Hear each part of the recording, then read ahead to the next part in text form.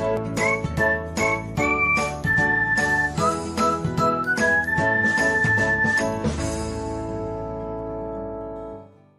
everyone, welcome back to another episode of Technologyglance.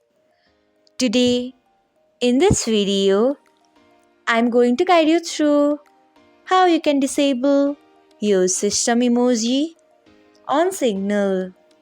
So, let's get started.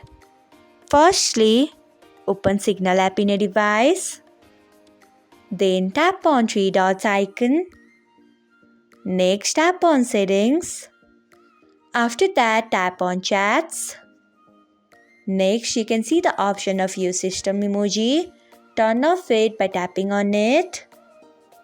So, this is how you can disable use system emoji on Signal. Thanks for watching. If you found this guide helpful, we would love it if you hit the thumbs up button below. We upload great new tech tutorials like this one every day.